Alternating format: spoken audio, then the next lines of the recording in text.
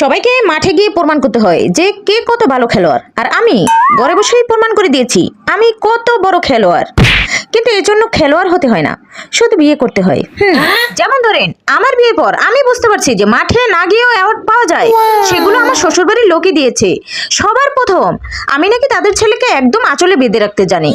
তারপরে আমি নাকি ঝগড়ায় ভীষণ সেরা, আমার সাথে নাকি কেউ পারবে না।